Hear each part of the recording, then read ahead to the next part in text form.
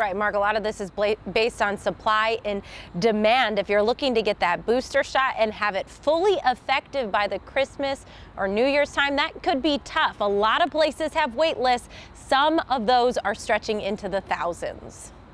Looking for a booster shot, you'll likely have to wait in line. The CDC approved its recommendation Monday that every adult get a booster.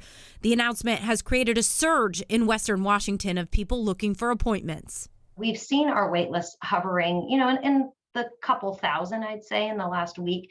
But beginning today, we've seen a very steady increase. Our wait list right now is over 8,000 people. Jenny Brackett is part of the UW Medical Center vaccine distribution team, which has the ability to administer 11,000 shots a week. What is your advice to people who are really hoping to get a booster shot before these large holiday events? I think that's smart. I definitely think if people are due, they should make sure they go and get that booster shot. I think getting on our wait list is a great idea. We will likely be through a lot of it prior to Christmas. So the sooner you get on, the better. But I also think it's okay to shop around. People can check pharmacies and their doctor's office. Seattle also has 3 city-led clinics filling 10,000 appointments every week. The city says there's ample supply, but a challenge, staffing shortages with healthcare workers and firefighters. We now hear things about Omicron, and we wonder when we're ever going to get out of this pandemic. With news of a new variant, Seattle is preparing for another possible case surge and says people should expect higher demand at testing sites as groups gather inside for the holidays. There are a few things to keep in mind when it comes to the booster shots. The CDC recommends those who receive the Pfizer or Moderna vaccines get a booster 6 months after their second shot. Those with the 1-dose Johnson & Johnson vaccine should get a booster only 2 months after their shot. It takes up to 2 weeks for a booster to be fully effective.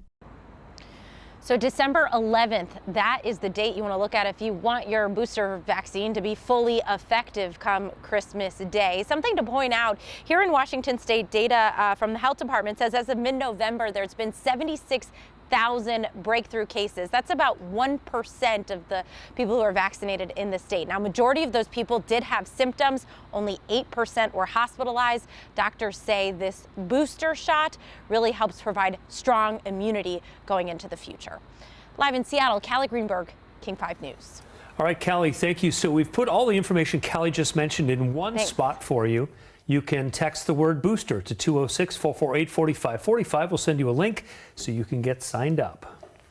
There's still a lot that we just don't know about the Omicron variant. Researchers at the University of Washington, they're working very hard to try to figure out just how dangerous it is and how well our bodies can fight it off.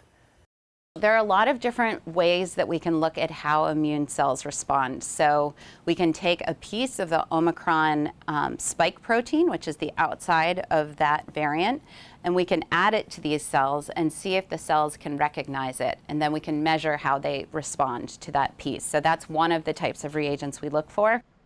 Washington health officials are confident that virologists will be able to detect the Omicron variant when it reaches the state. As of now, though, they say it has not been detected here in Washington. So where does the Omicron name come from? Many people are pointing out that the World Health Organization skipped 2 letters when it came to naming this variant. In May 2020, the World Health Organization started naming COVID variants after letters in the Greek alphabet to take away the stigma from countries where variants were first discovered, such as the UK. This current one is the 13th variant of concern that gets a letter. Going down the list, the 13th letter is nu, which the WHO thought would be confusing. They skipped the next letter, Xi, because it's also a common last name. So that's why the World Health Organization chose the 15th letter, Omicron.